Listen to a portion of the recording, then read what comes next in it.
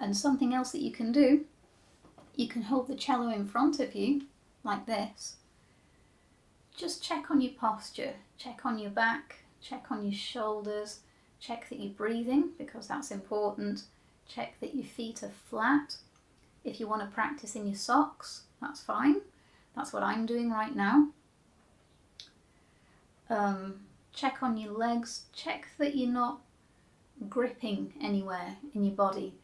It's easier said than done, but you'll get the hang of it. And then just bring the cello into your body and just let you and the instrument meet each other. So it shouldn't feel as though the cello is pushing you back. If you feel overpowered by the cello, then you need to make some adjustments, such as the end pin. I'm also sitting on the edge.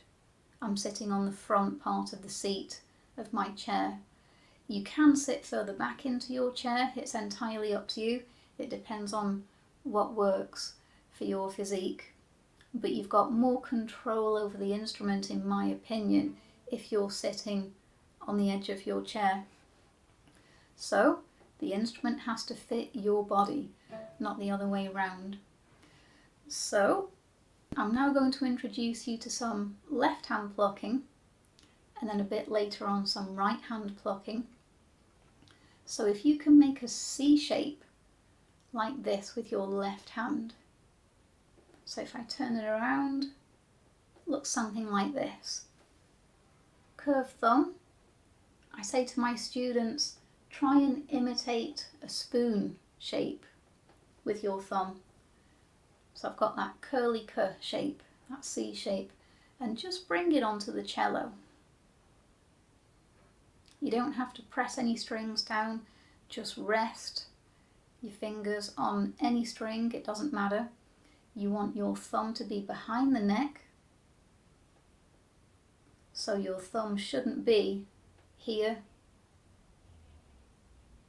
It shouldn't be touching the side of the neck like this. It should be behind the neck. It also shouldn't be like this,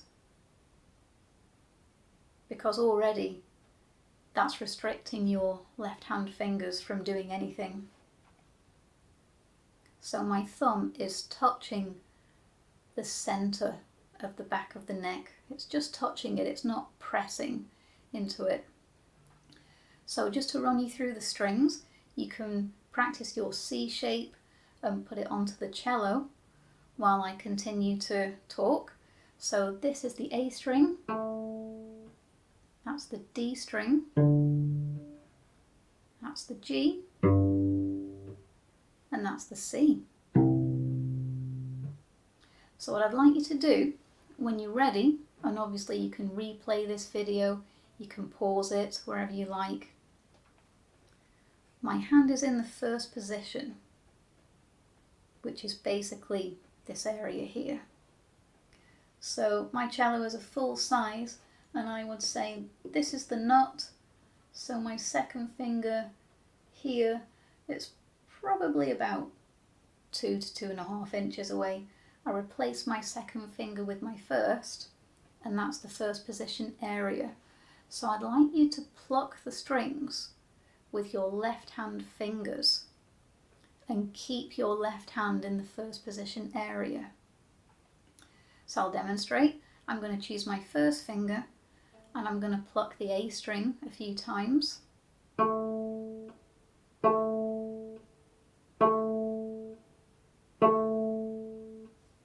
And so on. And I'm keeping my thumb touching the neck. I'm now going to move down to the D string. I'm just sliding across. See if you can trust yourself. See if you can just slide your first finger across to the D string without having to go like this. I understand the need to turn and stare at your left hand, but the sooner you can trust yourself, the sooner you can trust your left hand, the better. So this is the D string.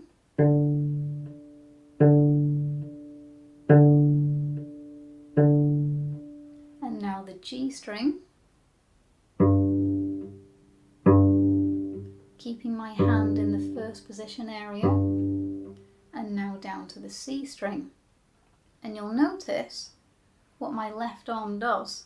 You see where my left elbow is, plucking the A string, and then the D string, then the G string, and then the C string. So my arm, my elbow rises as I move down the strings.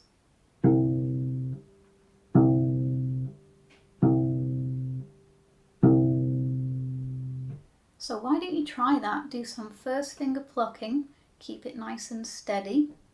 So second finger,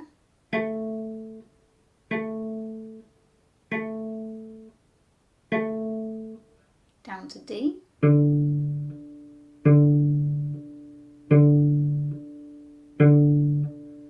G,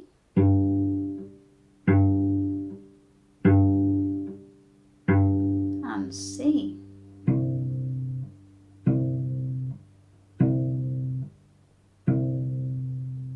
So you can do that as many times as you like. Try not to get faster and faster, because if you do get faster and faster, I think you'll learn less